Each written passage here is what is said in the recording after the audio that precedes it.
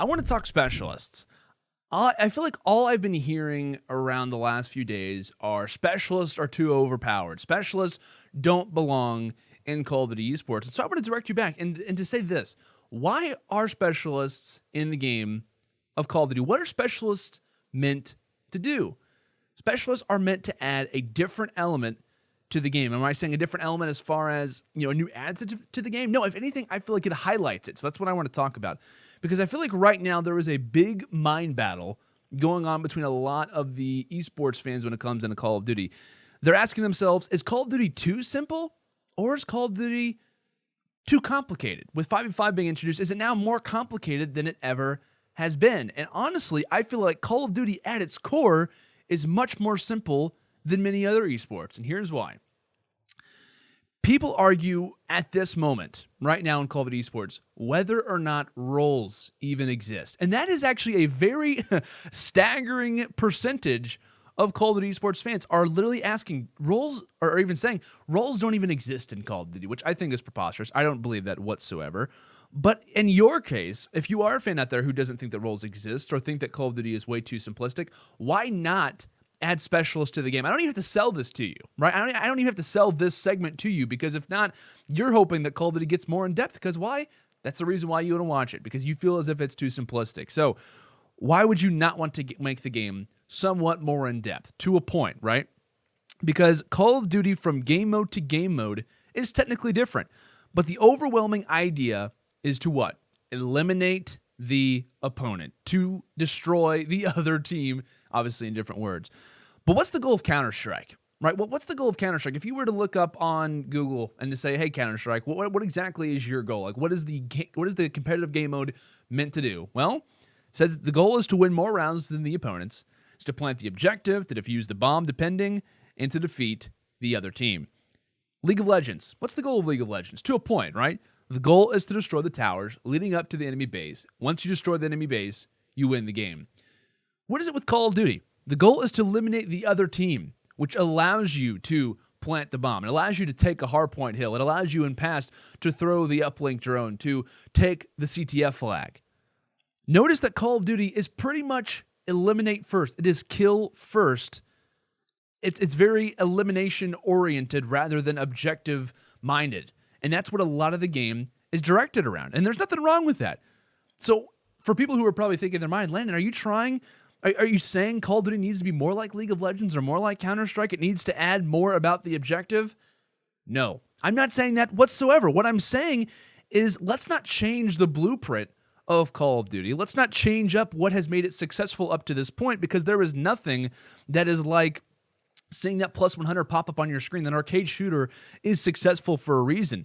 But if anything, let's highlight what makes Call of Duty so exciting to watch, which is the slaying first type of mentality.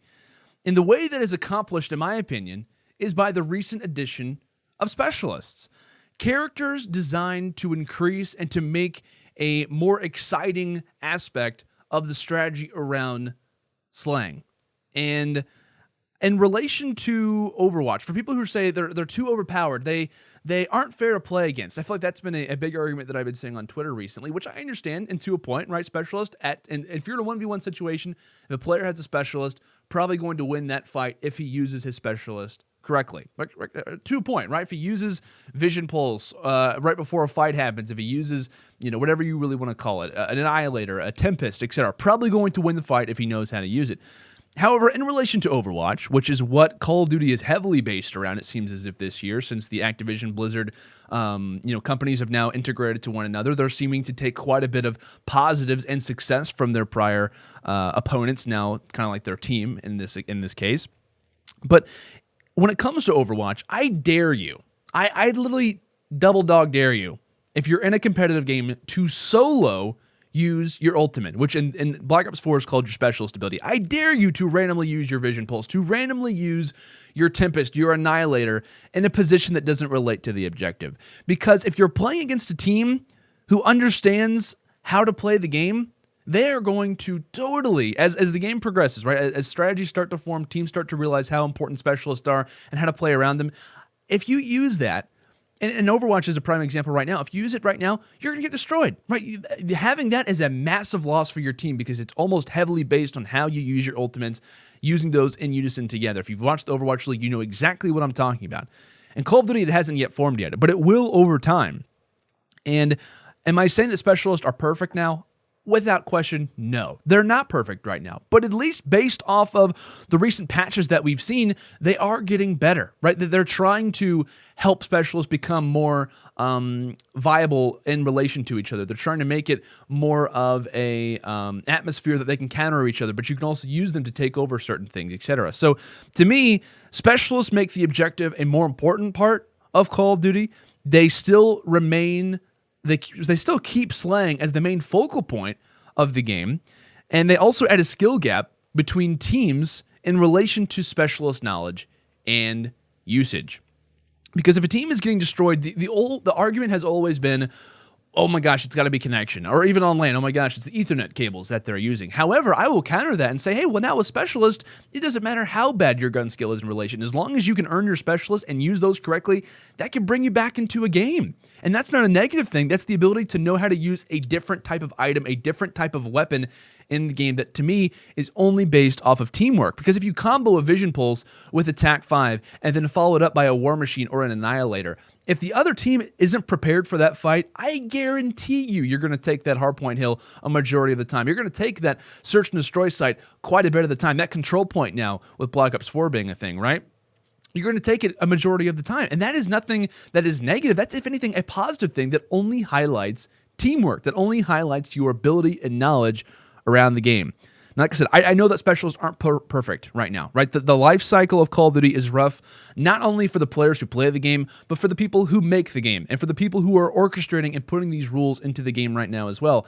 A lot of people, when the patch initially came out, the version 1 of the rule set, said, oh my gosh, what are they doing? What are they thinking? And it's not a matter of, okay, like, let's go and get a checklist out. All right, fire break? No. Let's go ahead and get rid of the purifier. Let's go ahead and get rid of stuns. Let's get rid of this.